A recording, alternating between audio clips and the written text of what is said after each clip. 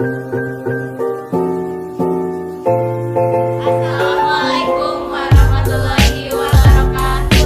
Perkenalkan, kami dari kelompok 5 yang akan mempresentasikan tentang analisis 5C dalam marketing strategi yang akan dijelaskan oleh teman-teman saya yang lain. Nama saya Siti Fatin Arbah. Nama saya Sinta Durmawati. Nama saya Clarissa Rindiani. Nama saya Tina Piwastiani. Nama saya Cindy Farida. Nama saya Nuraini Mutiara Putri. Nama saya Rini Amelia. Baik, kita langsung saja yuk ke pemateri yang pertama.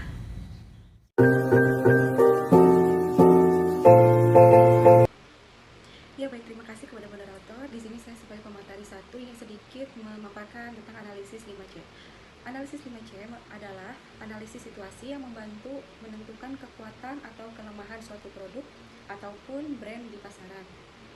5C merupakan pedoman bagi perusahaan dalam menentukan rencana ataupun keputusan strategi pemasaran yang tepat untuk mencapai keunggulan kompetitif.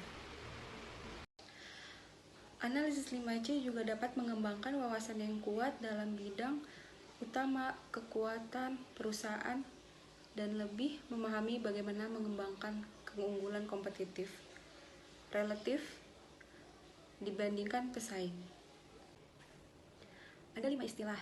Yang pertama company, yang kedua customer, yang ketiga kompetitor, yang keempat collaborators, dan yang kelima ada client. Sekian dari pemateri 1, selanjutnya akan dijelaskan oleh pemateri 2. Analisis aspek perusahaan dilakukan terhadap visi, strategi, kapabilitas, lini produk, teknologi, budaya, dan tujuan dari perusahaan. Tujuan utama menganalisis company adalah untuk menentukan apakah perusahaan berada di posisi terbaik untuk memenuhi kebutuhan pelanggan. Dalam hal ini, perusahaan harus mengetahui apa yang harus saya jual dan bagaimana membagikannya ke calon customer. Kolaborator. Kolaborator adalah entitas yang memungkinkan atau meningkatkan kemampuan perusahaan untuk menyediakan barang atau jasa tertentu dengan cara yang dilakukannya. Misalnya, pemasok dan distributor. Analisis atau perhatikan setiap kolaborator yang memiliki hubungan dengan perusahaan.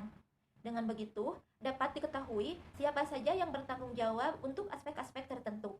Dengan demikian, dapat menunjukkan adanya lini yang tidak produktif atau efisien, sehingga dapat melakukan tindakan korektif atau penyesuaian. Yang selanjutnya, yang ketiga ada customer. Nah, ya customer, jadi maksud dari customer itu mengidentifikasi pelanggan dan menentukan kebutuhan mereka yang ingin perusahaan penuhi. Nah, salah satunya pemahaman motivasi, perilaku konsumen, dan mencari tahu cara paling efektif untuk menjangkau mereka. Dalam analisis 5C adalah hal yang sangat penting dan merupakan bagian utama dari analisis ini. Nah, dengan pemahaman seperti ini, pemasaran juga bisa dilakukan lebih spesifik dan terarah. Nah, selanjutnya, selain customer, ada juga segmentasi customer. Jadi, segmentasi customer itu kelompok pelanggan potensial yang dapat dijangkau perusahaan dengan produk atau layanannya. Nah, dapat dipecah juga ya menjadi 3 segmen. Nah, salah satunya ada total available market, serviceable, dan available market, dan serviceable obtainable market. Nah, yang ketiga itu, jadi segmen pasar dapat disegmentasikan lebih lanjut melalui demografi, psikografis, geografi, dan faktor pembeda lainnya. Nah, ada 3 segmen pasar bisnis yang potensial. Nah, salah satunya ada apa aja? Yaitu yang ke-1, ada total available market, atau enggak disingkat menjadi TAM. Nah, total available market itu jadi segmen yang paling general, di mana di dalamnya tergabung semua orang yang mungkin menginginkan produk atau jasa bisnismu. Jadi intinya semua orang itu dalam bergabung dalam perusahaan pasti mempunyai tujuan dan maksud tertentunya. Nah, terus yang kedua ada serviceable available market, bisa disingkat menjadi SAM. Nah, apa itu SAM? Jadi SAM itu bagian dari TAM yang tadi, yang total available market. Nah, cuma ini dikategorikan berdasarkan penggunaan potensial dan produk atau jasa. Nah, kalau yang tadi itu produk dan jasa bisnis, kalau yang SAM itu produk dan jasa. Nah, terus yang terakhir ada serviceable obtainable market, bisa disingkat SOM. Nah, sebenarnya TAM, SAM, sama SOM itu tiga-tiganya berpengaruh dalam perusahaan. Nah, Salah satunya subsegmen pasar yang memiliki lingkungan yang paling kecil dan spesifik dari yang lainnya. SOM biasanya merupakan kelompok yang paling ideal untuk jadi sasaran bisnismu. Terima kasih, dan selanjutnya akan dijelaskan oleh Putri. Baik, untuk selanjutnya yang keempat ada kompetitor. Kompetitor atau pesaing adalah perusahaan yang menghasilkan barang dan jasa yang sama dengan produk yang kita tawarkan. Nah, seperti yang kita ketahui ya, di dalam bisnis itu tidak akan terlepas dari yang namanya persaingan. Maka dari itu, perusahaan harus mampu memahami kompetitornya dengan sebaik mungkin, analisis kelemahan dan kelebihannya, serta pikirkan strategi yang baik untuk memenangkan posisi di pasar. Bisnis itu sendiri harus bisa memiliki keuntungan yang baik.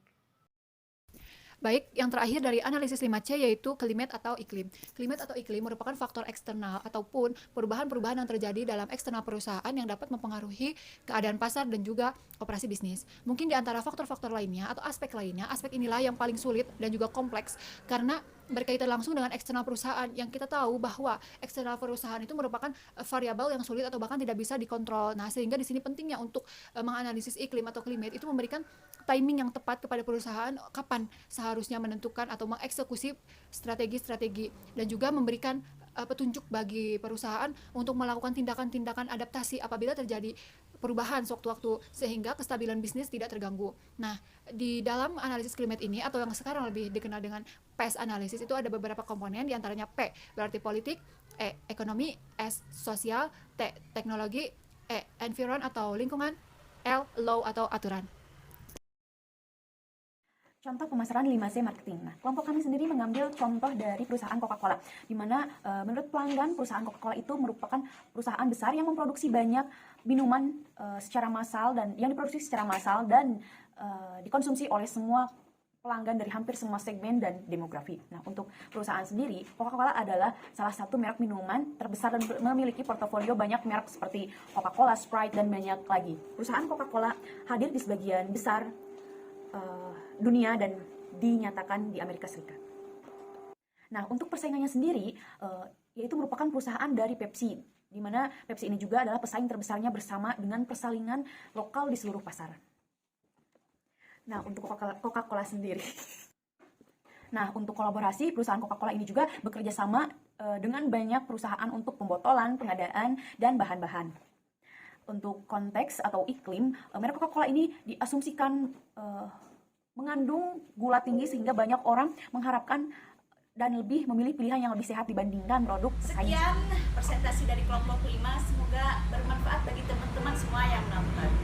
Sekian dan terima kasih. Wassalamualaikum warahmatullahi wabarakatuh.